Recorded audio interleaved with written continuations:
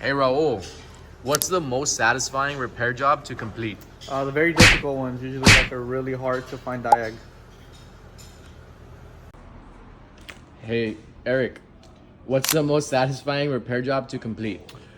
Probably when you finish a big job, for example, like a head job, or you swap an engine, something like that, transmission, a big job, because when you feel that the car is on, when you see that the car is on and everything end up good, oh, that feels awesome.